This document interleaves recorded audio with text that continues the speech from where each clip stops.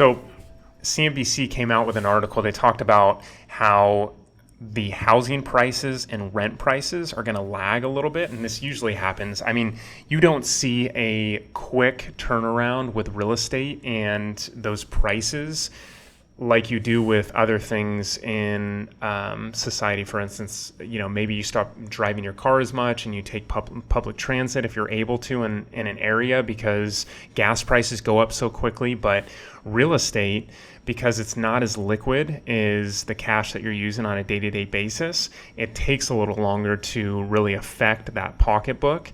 And also, when people are looking for properties, and then also when you have 2 years, 3 years run up, people don't really remember what a normal market is in real estate. So that's why it takes a while for the elasticity of, and I'm terrible with economics. I took the class, but I was really bad at it.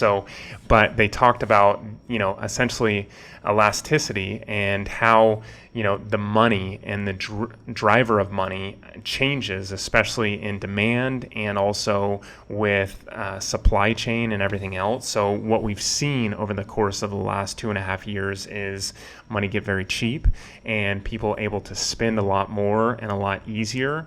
And ultimately, people were getting a lot more money for their properties. Well, now we're sitting in a seat in where those homeowners think that they still can get that price, and now they're actually realizing that they can't get the same price because they hear on a day-to-day basis that interest rates are changing and they're going up, and now they're finally getting the message of maybe I can't sell my house for $50K over asking, $100K over asking, $200K over asking. And that's why it takes so long, is because for a while, people want to hold out because they hear the stories from their neighbors, their friends, their colleagues, and their family.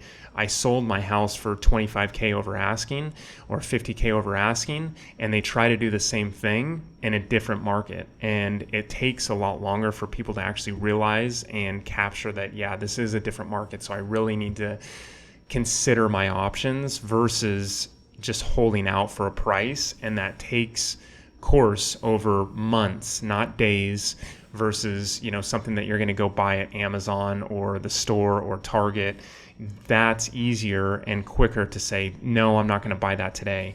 The housing, as people hold on to those prices, take longer to actually say, okay, well, I'm going to lose $100,000 today versus a year ago I was going to make $100,000 more. So why don't I wait a little bit longer to see if that happens? So that's why it takes a little bit longer. The mindset shift takes longer because it's a lot more money that's in play.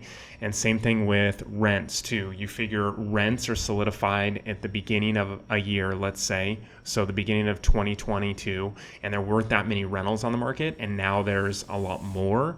Well, it takes a while because now they have to solidify that lease again at the beginning of 2023.